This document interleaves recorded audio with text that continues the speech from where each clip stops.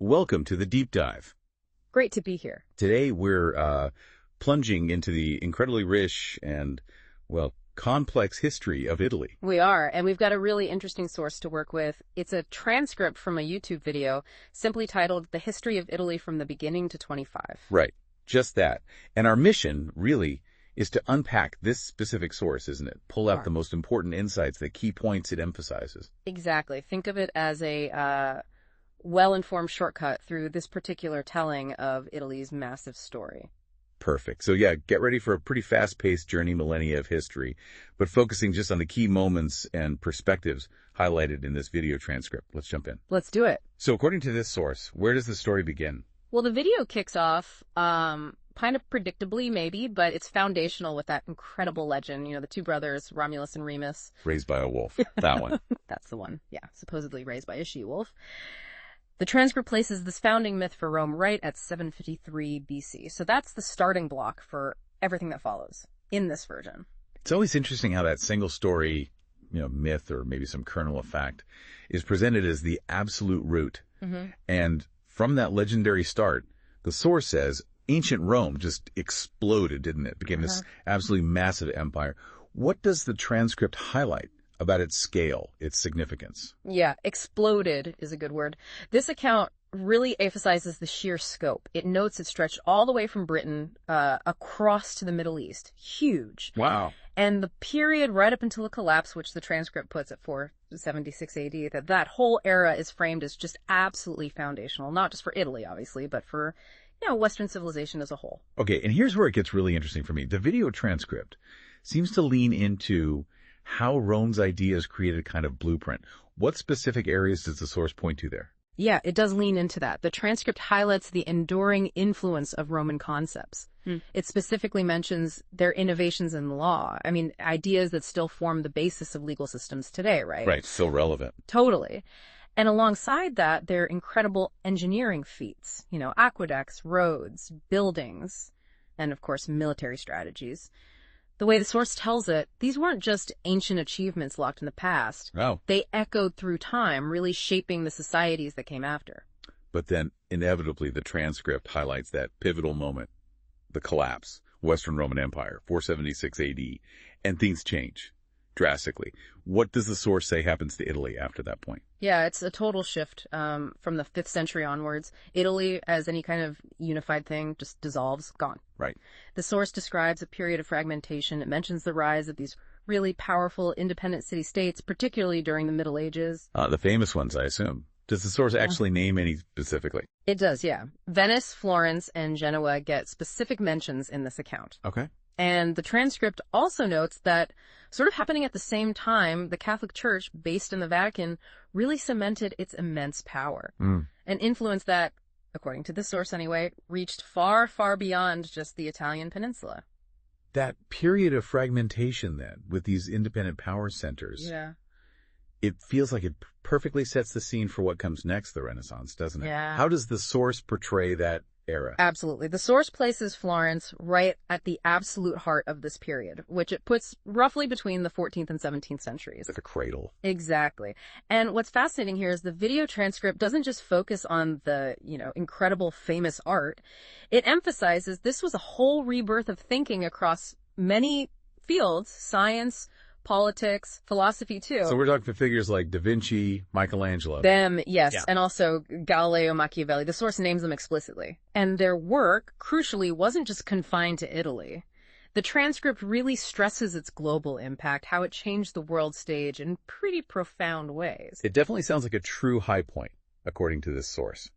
But after that peak, the video seems to suggest Italy kind of becomes, well, less of an active driver of its own destiny, more of a place where things happen to it, particularly through the 18th and 19th centuries. Is that the picture the transcript paints? Yes, that's very much the narrative presented here. Italy essentially becomes a battleground, like a pawn for the other major European powers.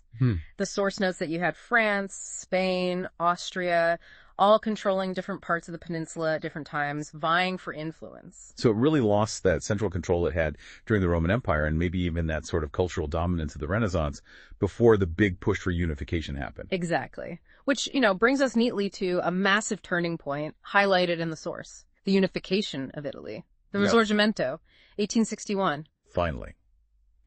Bringing those fragmented pieces back together into a single nation state after centuries of division. Who does the video credit with making this actually happen? The transcript credits Garibaldi, Mazzini, and Cavour. They're named as the key figures who helped forge this new nation. The big three. Yeah. And it was a huge, complex effort, obviously. The source notes that Rome, the ancient capital, eventually becomes the capital again, but actually not until 1870. That kind of finalizes the unification process in this telling. Then, bang, the 20th century arrives, and the source describes some, pretty rough times for the newly unified nation. Yeah. World War I first, Italy sides with the Allies, but the source notes they didn't really gain much from it in the end. Yeah, not much payoff is the sense you get, especially considering the significant cost in lives and resources. Right. And then came a really difficult, dark era. The video covers the rise of Mussolini, the establishment of the fascist regime in the 1920s. Which leads directly into World War II, Italy aligning with Nazi Germany, as the source details. Yeah. What was the outcome described there? Defeat? Yes, the source documents the military defeat, Mussolini's eventual fall, and then a really fundamental political reset. Italy becomes a republic in 1946. Okay. And this transition is presented very much as a move towards a more stable democratic future after all that turmoil. Okay, so shifting gears significantly now, looking towards modern Italy, leading up towards this 2025 timeframe the title mentions. It's known for so much more than just ancient ruins these days, isn't it? How does the source describe Italy's modern identity and its influence? It talks a lot about its significant soft power. That's the term used. Okay. So think of the global influence of Italian fashion brands like Gucci and Prada are specifically mentioned by name. Right, the big ones. Iconic cars like Ferrari, the incredible globally celebrated food culture, obviously, Italian cinema, football, all of this stuff, according to the transcript, gives Italy this huge cultural footprint around the world.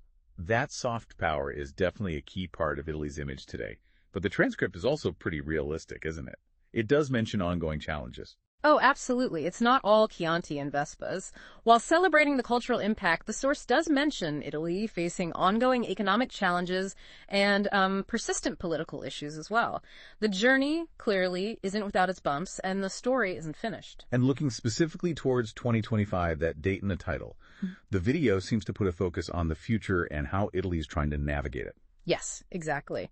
As an active member of the EU, the source notes Italy is investing in areas like green energy, smart tourism technologies, even AI, trying to modernize. But crucially, the source also points out that the historical giants, Rome, Venice, Florence, those massive tourist destinations are still presented as absolutely vital, directly linking that deep, deep history to the present-day economy and national identity. Right. So the past isn't just history. It's very much portrayed as a living part of the present in this account. Wow, what an incredible journey we've just traced, just following this one source. We've unpacked how it tells the story, starting with a legendary founding myth, charting the rise and fall of a vast empire whose ideas still resonate today, chronicling centuries of fragmentation before that dazzling cultural rebirth in the Renaissance. Yeah, then the periods under foreign rule. Right, the struggle and eventual triumph of unification, the dramatic, really dramatic upheavals of the 20th century. And finally, landing us in the complexities and sort of forward-looking efforts of the modern nation. It covers a lot of ground. It really does. It's a story of immense shifts, isn't it? Yeah. From unified empire to fractured city-states, from being a cultural powerhouse to a foreign battleground, and then back again to a unified nation grappling with its place in the modern world.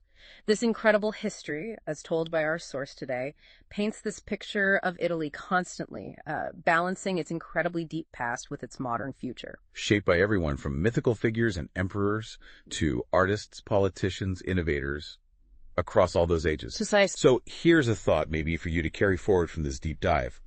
Considering this entire layered history we've just sketched out from the source, the vast empire whose structure collapsed but whose ideas endured, those long periods of division that paradoxically seem to fuel independent creativity.